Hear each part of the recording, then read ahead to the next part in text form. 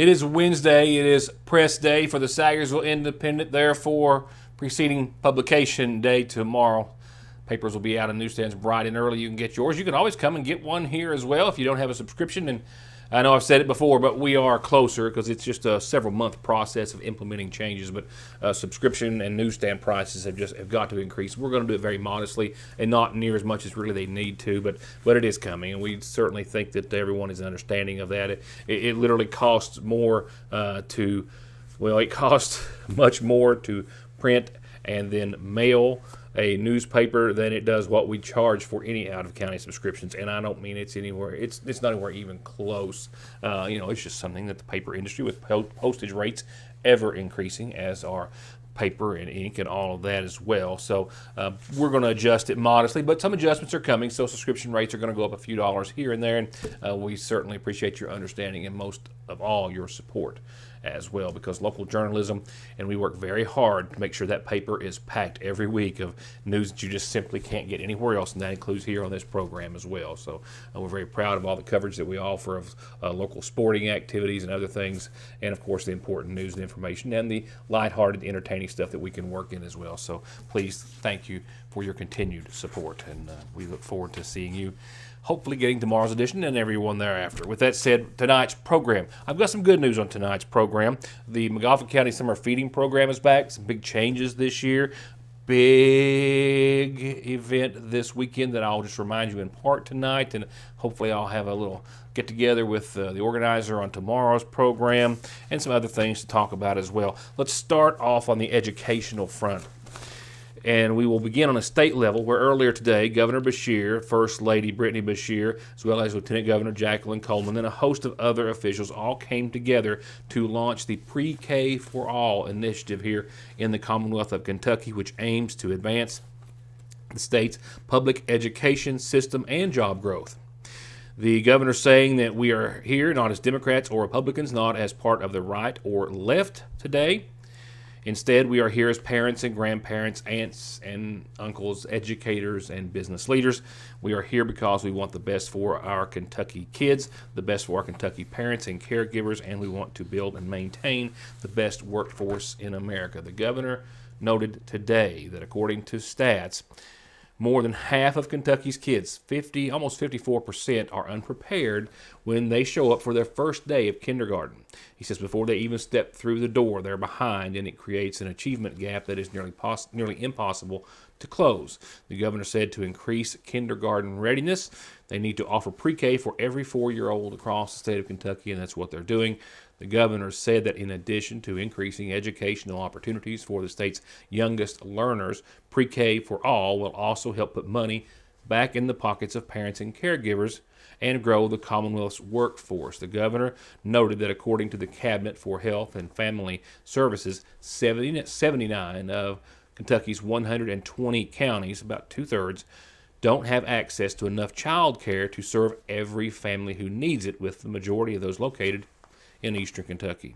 A long-term study he cited from Yale found that providing pre-K increased the earnings of parents and caregivers by about $9,000 a year. That's significant, a trend that held for the last 6 years, he says, and that amounts to $54,000 for Kentucky families as their kids grow.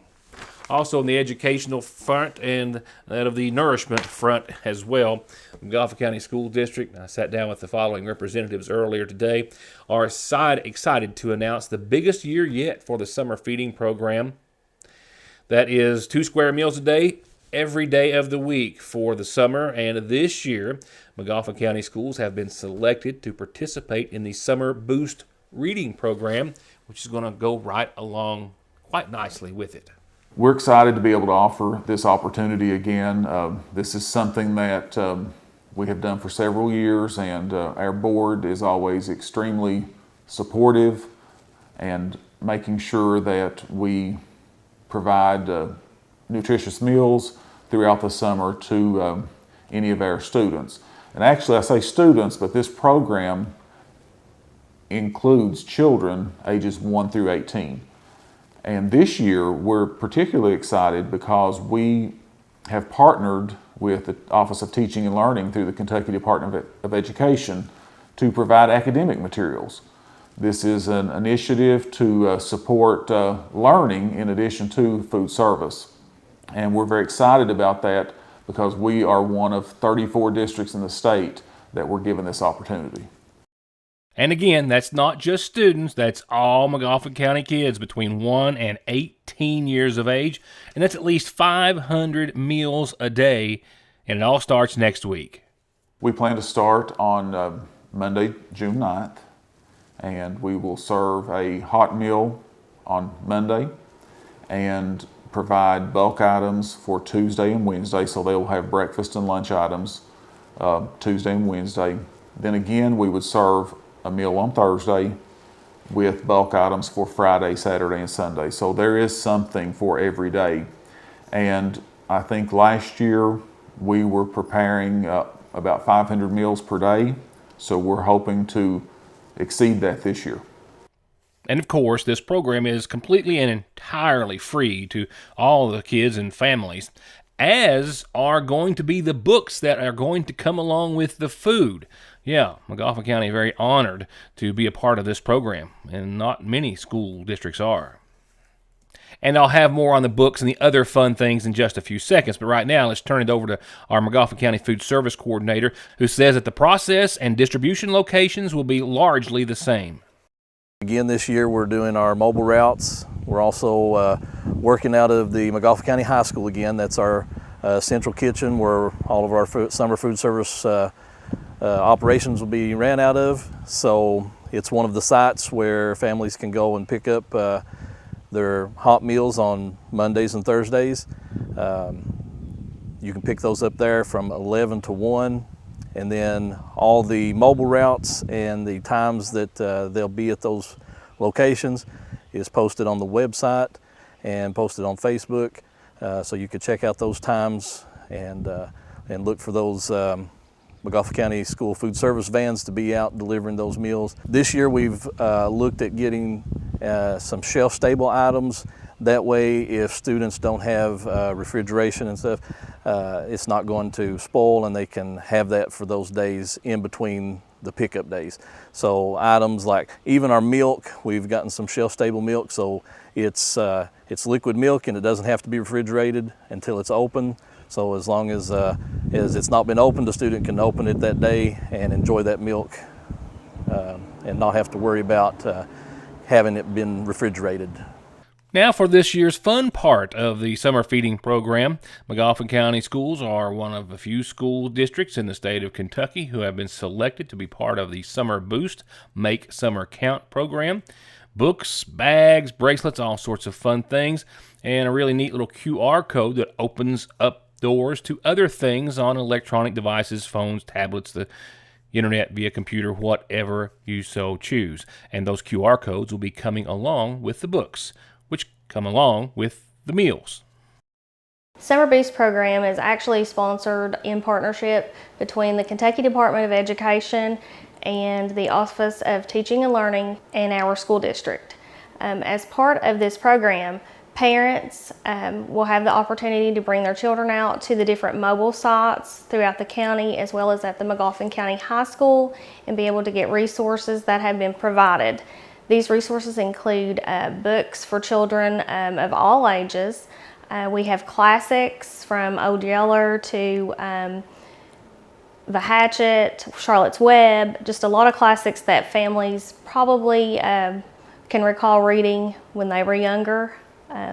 There's also books that spark interest and creativity as far as jobs go, just different types of careers, interest to pique curiosity of children. And all in all, it's about $15,000 worth of books if you put a monetary value to it that they're going to be getting into homes. The idea is to get them straight to the homes to either add to or to maybe start their own library. Along with the materials that we will be passing out at each of the mobile routes, there will be a QR code that parents can access, or students with a mobile device, and on that code they will be directed to an online site for math activities, ways to improve math skills, just different things that can help to boost student learning. And that's what this program is all about, kind of bridging that connection between the end of school and then school starting back in August, just keeping their minds fresh and keeping them active in learning, reading and math, and that's what we want to promote. And again, it starts Monday, and they'll have a break in there during the 4th of July week. So it's June the 9th through the 26th, and then they're off until July the 7th through the end of July, which is right up until getting close to when school starts. The mobile routes where you can find them, I believe the same as last year. They'll be at Allen Drive, 10:30 those mornings, Sugar Camp in Dixie, 11:10, College Heights, 11:55, Sand Bottom, they'll be there at 10:30, Half Mountain Park, 11:10, South McGoffin Fire Department, 11:55. A third vehicle will be at the Lakefront Church of God, 10:30. North McGoffin Elementary, 11:10. And then Bloomington Park, 11:55. So same times for each of the three vehicles at their respective stops. And they'll be at each stop for about a half an hour. As far as the school site, meals will be available where you can go to the McGoffin County High School and pick them up 11 till 1. I told you a few days ago that Job Corps across the country, those contractor-operated Job Corps like Carl D. Perkins, are going to be shuttered at the end of the month due to cutbacks. Well, there's been some happening there. I'll tell you what that is and what it may mean in just a few seconds, as well as other news. You know what tomorrow is? It's Dipper Day at your Sayersville Lee's Famous Recipe, one of the best of 7 days of the week where you can get a Dipper meal, big chunks of juicy, crispy white meat, 2 famous homemade sides and a biscuit for just $6.79 plus tax. Dipper Day every Thursday at your Sayersville Lee's Famous Recipe. Hi, I'm Patty Maynard, your local health insurance agent here in McGoffin County. I've been serving our people for over 25 years. I would love to discuss Medicare products with you. I represent Humana Insurance Company as well as others. My office is here in Sayersville on Route 7 on Superior Hill, beside the entrance to Bluegrass Cemetery in the same building as Patty's Tax Service. My office is open 10 to 5, Monday through Friday. I would love to see you, or you can just call us at 606-349-1993. Jumpstart the career you've always wanted today with one call. One call to Tech Center, Kentucky's newest and most innovative trade college, offering national certification. Graduate in less than a year. Limited scholarships are available now, and this enrollment is open until August the 2nd. In carpentry, electrical, heavy equipment operation, masonry, plumbing, and welding. Tech Center is located in Sayersville in the back of the Lloyd M. Hall Community Center. You can call them at 349-7115 or find out everything at techcenterky.org. With spring comes sniffles and sneezes from that pesky fine powder from plants. Pollen, one of the worst words ever. You could try to limit your time outdoors, but that's really not an option for most of us. So talk to the pharmacist at Parkway Pharmacy and make a plan for personalized solutions for allergy and asthma relief today. I believe in Kentucky. I believe in Kentucky. I believe in small town values. And mom and dad and the things they handed down. I believe some of the best people in the world are farmers. I believe in insurance that protects families, homes, and cars. I believe in always finding a way to do what you love. I am Kentucky. I am Kentucky. I am Kentucky. Johnson Central High School stands alone in providing the most college and career programs of study in one building throughout the entire state of Kentucky. This includes pathways in everything from the medical field to engineering, telemedia, welding, agriculture, and even aviation. And that's just to name a few of the 32 different choices. Work has also been started on a brand new state-of-the-art high school. So now is the time for your child to experience the power of opportunities in Johnson County schools. It's just the perfect spot to grab lunch, a snack, something sweet, pick up your meds, or have them brought to you curbside. It's your hometown Good Neighbor Pharmacy that's been proud to serve you and your families for over 100 years. And now on their already incredible menu, fresh baked goods from the Daily Bread. Fraser's Prater Drug Store, 349-3135. A man was picked up by Pikeville authorities a number of days ago on a somewhat outstanding McGoffin County indictment warrant for burglary and other charges. Details are limited on the actual arrest in Pikeville, but Pikeville police did arrest Roy L. Holland, who has a Prestonsburg address. According to the Big Sandy Jail website, his indictment warrant out of McGoffin County had him listed as being a Paducah resident. Nevertheless, he was indicted here in McGoffin County last August and has been sought after since for burglary in the third degree, possession of burglary tools, public intoxication, excluding alcohol, and criminal mischief in the third degree. This is after he broke into Poor Boys Produce here in Sayersville and was found on site with burglary tools he'd used to gain entrance, as well as being under the influence. The Sayersville Police Department testifying before the McGoffin County Grand Jury, who returned the indictment. I mentioned to you a few days ago that cutbacks from the Trump administration were resulting in contractor-operated, I want to stress contractor-operated because those operated by the federal government are staying open from our understanding, but contractor-operated job corps like the Carl D. Perkins Center in Prestonsburg are going to be simply shuttered by the end of this month. Well, maybe. There is a lawsuit that is now pending. It was filed just earlier today to block it from eliminating Job Corps, the biggest U.S. job training program for low-income youth in the United States. Contractors that operate Job Corps centers and its members claim that the U.S. Department of Labor is breaking the law and regulations that it has set forth by stopping the program and shutting it down. A group representing nearly all of the 99 contractor-operated Job Corps centers across the United States say that they are filing a lawsuit against the U.S. Department of Labor, and they are doing so to stop the shutdown, which is looming at the end of this month. The National Job Corps Association filed a complaint in Manhattan federal court this week. They're calling it illegal and fundamentally irrational. Job Corps were created by Congress in 1964 for 16 to 24 year old disadvantaged kids and young adults. Their goal is to get them a high school diploma, the equivalent, a vocational certificate, whatever they can do to help get them on stable footing.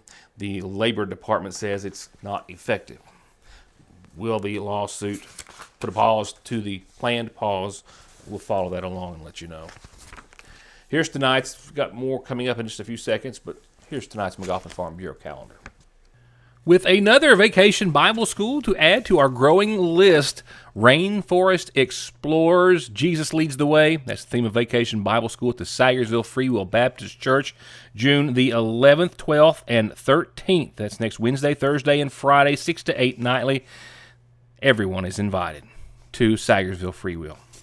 With that said, don't forget North McGoffin, the fire department of North McGoffin, is having their horse show this Saturday. Gates will open at 3. Show starts at 6. Admission $5. Kids 12 and under get in for free. And, of course, great concessions, 30 classes. Great show. Also, Saturday, Trader Days at the Battlefield Park, hosted by the Royalton Community Council. Probably still time to be a vendor if you want to call Janice, 496-9996. They plan on having a big bunch of vendors, big crowd, and they hope to see you stop by and see what's on tap there.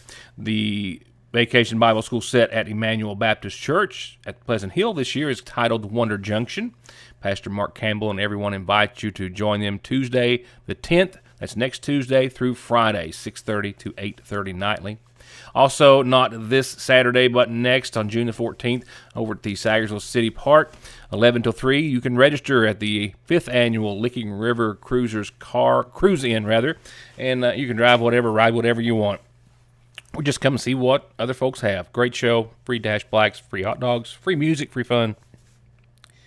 The DAV Chapter 15 is hosting a golf scramble, 4-person scramble, $250 per team, cash prizes, and just a great bunch of folks to be around and help support. Bible School, Back to the Basics at Sayersville Church of Christ on Parkway Drive. This is going to be one day, June the 21st, from 9:30 in the morning till 4, and they'll have lunch, games, and a water slide. If you have any questions, call them 349-2834, and my line as well is always open for birthdays and anniversaries and important calendar announcements just like these.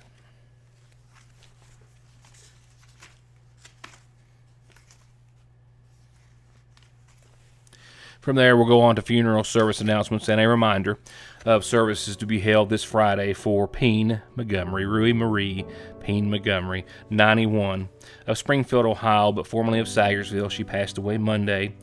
The daughter of the late Benjamin and Bertha Reisner Jenkins, Rui is survived by the McGoffin County Funeral Christine, brothers Thurman, Gallard, Benzel, Denzel, and Ronald Jenkins. Her sisters Lillian Howard and Wanda Mann and Marcia Adkins. She's preceded in death by her husband Donna Montgomery, 4 sisters and their husbands, and 2 nieces and 2 nephews. Services start Friday at 1 from the Rock House Liberty Baptist Church. Friends can visit the church Thursday evening after 5 for visitation, and of course the following day before services start at 1. I'll be back in just a moment.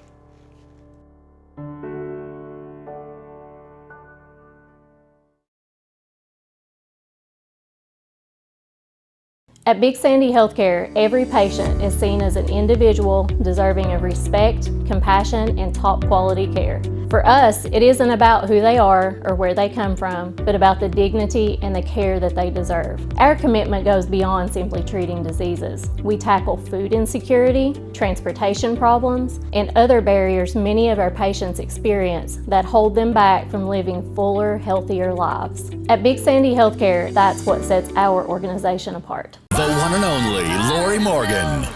Ruby Anniversary Tour 2025. Friday, June 6th, the Mountain Arts Center in Prestonsburg. Reserve seats on sale now at macarts.com or at the People's Bank box office. My name is Don McFarland, and I have been an attorney in Eastern Kentucky for over 30 years. This is my son, Max McFarland. I'm very proud of Max. He is incredibly intelligent, a hard worker, and is graduating from law school this spring. Max will take the bar exam this summer. We are a family and we treat our clients like family. Bigger law firms are not always better law firms. There is no substitute for experience, personal attention, wisdom, and knowing who your attorney is. When you have any legal needs, come see us and we will personally represent you, and we will put our experience and energy to get the results you need. If you have been in a car wreck, injured on the job, in need of Social Security disability benefits, or have any legal needs, come see us and let us take care of you. Call us at 349-9000. One name, one call, one ultimate solution to your heating and cooling, sales, 24-hour service, and installation for home, commercial, boilers, chillers, and VRF systems. With over 15 years of experience and now based right here in the viewing area, Ultimate Air. 496-6650. SMB is proud to stand with you with what might be your very first and definitely last checking, savings, retirement, even Christmas Club account, along with consumer, auto, mortgage, business loans that you can easily manage from anywhere in the world with safe, secure mobile and online banking that comes from over 120 years of commitment to your financial life and well-being, today, tomorrow, and forever. Salyersville National.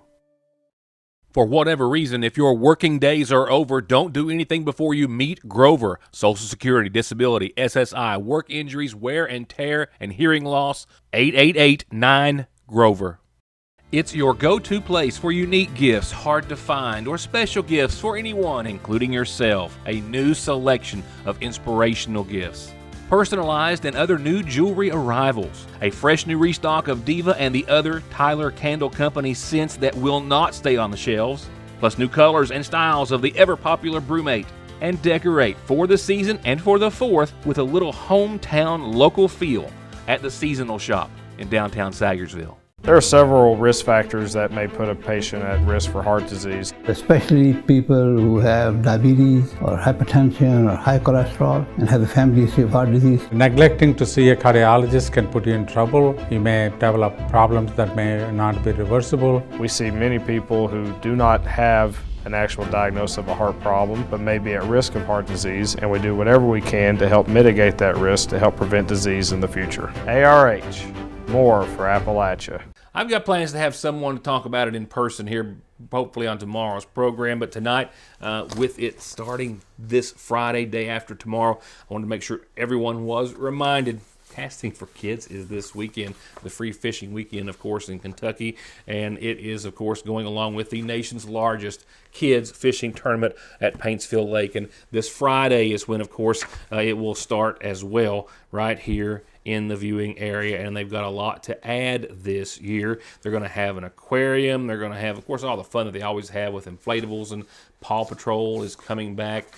Clay Dyer, the professional angler who had an opportunity to meet and then introduced to you on the program several years ago, who was born without limbs, who is just a marvelous human being. He's also going to be there as well. But it starts this Friday at 6 for the evening to shine. Friday evening is, of course, set aside for any children with any disabilities or special needs. And they, like every other child that participates Friday and Saturday, they get a free new rod and reel, a t-shirt, a bucket, a bag of toys, and a whole lot of other fun things to do and see. So that is Friday at 6 for the evening to shine. And then tomorrow, the next day, the following day on Saturday, the kayak tournament starts. The other shoreline fishing tournaments start for all age groups. A lot of big cash prizes. It's just going to be an awesome weekend. I'll run through the entire thing for you tomorrow and remind you they'll have the shuttle again this year, so you'll be able to make sure that you get parking and get back and forth from the lake when you need to. So a great thing. Another thing happening this weekend, this, I guess a segue, I'm not going to call it a good one, but a segue into your weather forecast, is the opening of the Ramey Park Pool. If you missed last night's show, well, shame on you. I'm just teasing, but really, where were you? And we're wondering when the Ramey Park Pool is going to open. I had a complete story yesterday with Judge Executive Matt Wireman. You can find that on our YouTube network. The Ramey Park Pool is slated to open this Saturday. I do have the forecast following in just a few seconds, and we'll see if that's going to cooperate or not. But it's been just a little slow to get the pool open this season. They've found some leaks that have been fixed. They've been making some other adjustments, and they're making some new additions. They're going to have some new lounges and some shade and some umbrellas, and they're really going to make a big push to make this a big community pool. They're also looking for ideas. They would like to have events at the Ramey Park Pool that would interest people who don't normally go to the pool. For example, a lot of folks have swimming pools and, don't go to the public pool. But they would like to have some big gatherings and big events to maybe get some folks together and just have a nice evening around or in the pool or both. And they're looking for some suggestions. So if you got any, 349-2313. Now, that's also the number you now call to make reservations for pool parties. And they've already taken in a couple of dozen, so the calendar is filling. You can reserve the Ramey Park Pool Mondays through Saturdays during the evenings, 6 to 8, and then 8 to 10, and then Sundays they have intervals from 2 to 4, and then 4 to 6, and 6 to 8, and 8 to 10 that can be reserved. And the pool is open during the day, every day of the week. They're going to be open Monday through Saturday, noon till 5, for swimming, just open to the public. Now, Sundays is reserved just for the parties, but they will in one way or form or fashion be open every day of the week and not every other as they have been the last year or two. So again, the number is changed. It is now the judge's office to call and reserve for parties, 349-2313, and they're hoping to get open this Saturday. And if you've been watching the weather here and following the show, or could tell by the tone of my voice, you know that Saturday's not looking like a great day to open the pool. Hitting 90 degrees 2 days in a row we have here in downtown Sagersville. Let's start with that. Let's focus on that for a second or two. Partly cloudy skies tonight and a calm wind and a low of around 65. We're at 85 right now and still a little ways to go.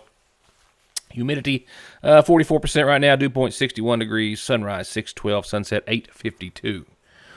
And tomorrow, that will all be followed by about 84, 85 degrees, mostly sunny, a 40% chance of showers and thunderstorms. That's going to be around midday, 1 or 2 o'clock or so into your Thursday. By tomorrow night, we're going to see clouds increase. We're going to see shower chances go up to maybe 30%.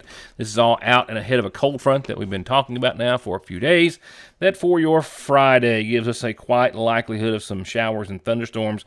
60% by midday Friday. We'll crank it up to an 80% chance by Friday night. Partly sunny during the day. There will be a little bit of sun and some gaps, but showers and storms and around 81 for much of your Friday. Saturday doesn't look as nice as that even.